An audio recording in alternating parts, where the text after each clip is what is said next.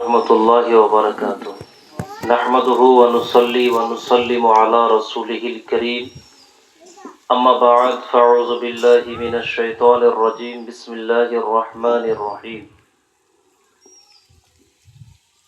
कुल्लु नफ्सिन ज़ाइक़तुल मौत आमन्तु बिल्लाहि सदक़ल्लाहुल अज़ीम। हेलो स्कूलটা তাই আলহামদুলিল্লাহ, সমস্ত তারিফ ও প্রশংসা মহান হাতে আল্লাহ আছে পাক রব্বুল আলামিনের জন্য, তাই সকলে পড়ি আলহামদুলিল্লাহি রাব্বিল আলামিন। তারপরে পরে আপনারও আমার ধোয়াটা নবী পড়ে যা আমিন আল্লাহ মুরুর দুলাল আহমদে মুজতবা মুহাম্মদুর রাসূলুল্লাহ মোবারকটা সাল্লাল্লাহু তাআলা আলাইহি ওয়াসাল্লামের প্রতি একবার ঝুমে ঝুমে দরুদ প্রবাহিত করি। আল্লাহুম্মা সাল্লি আলা সাইয়্যিদিনা মাওলানা মুহাম্মদ ওয়া আলা আলি মাওলানা মুহাম্মদ সাল্লাল্লাহু তাআলা আলাইহি ওয়াসাল্লাম। আমি খুতবার পরে পরে পবিত্র কোরআনুল কারীম থেকে আয়াত কারীমা তেলাওয়াত করেছি।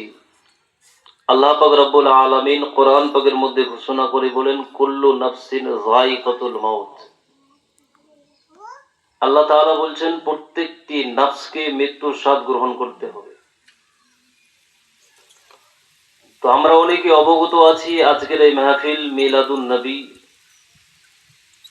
যে আমাদের পূর্বপুরুষ প্রত্যেকেরই বংশ থেকে কারো পিতা, কারো মাতা, কারো দাদা দাদি, নানা নানি, আত্মীয় স্বজন ছেড়ে চলে গেছেন। ইনারা মৃত্যুর স্বাদ গ্রহণ করেছেন, আমাদেরকেও করতে হবে। তো ওনাদের ইসালে সওয়াবের জন্য এই মিলাদু মাহফিলের আয়োজন। আমি যতটুকু শুনলাম,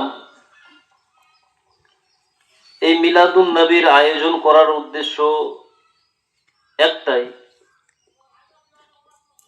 যে 100 বছর ধরে যত মাইয়াত আমাদের গ্রাম থেকে ইন্তেকাল করেছেন। কত বছর ধরে? 100 বছর যাবৎ ধরে যত মানুষ ইন্তেকাল করেছেন, 100 বছরের মানুষের দ্বারাই তাদের জন্য ইসালে সওয়াবের দোয়া করার মাহফিল। তো আমাদের গ্রামে 100 বছরের ব্যক্তি বর্তমান একজনই আছেন, সেটা আমাদের প্রাক্তন ইমাম সাহেব, আমার দাদু, আমরা সবাই জানি। তো ওনার দ্বারাতে আমরা আজকের এই মাহফিল থেকে ইসালে সওয়াব করব 100 বছর পূর্বে থেকে যিনারা ইন্তেকাল করে গেছেন। এই ইসালে সওয়াব তাদের জন্য আমরা করব, তাদের কাছে আমরা সওয়াব পৌঁছাবো। আমাদের ঈমান, আকীদা, বিশ্বাস,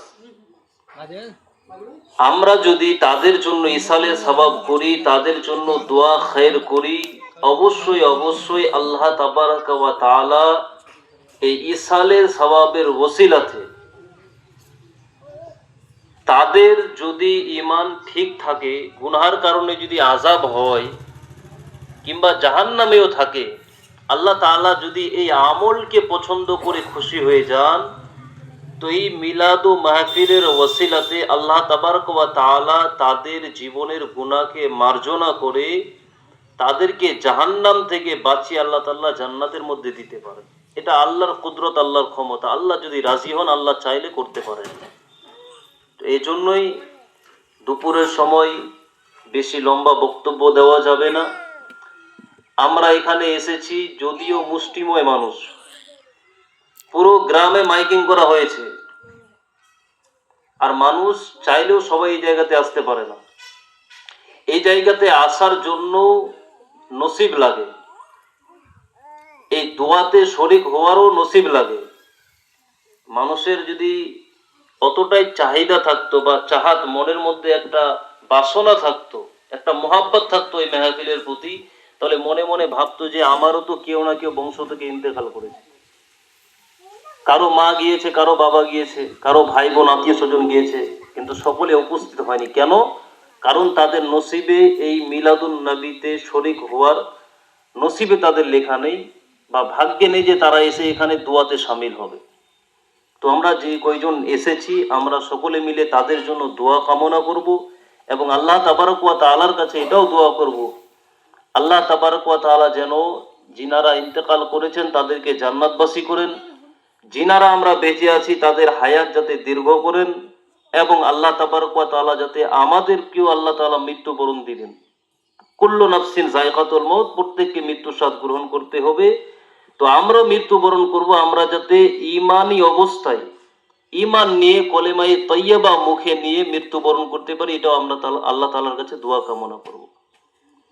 তো এখন ফাতিহা হবে, সবাই চুপচাপ ভাবে ফাতিহা শ্রবণ করবেন, তারপরে দোয়া হবে, সবাই দোয়াতে শামিল হবেন।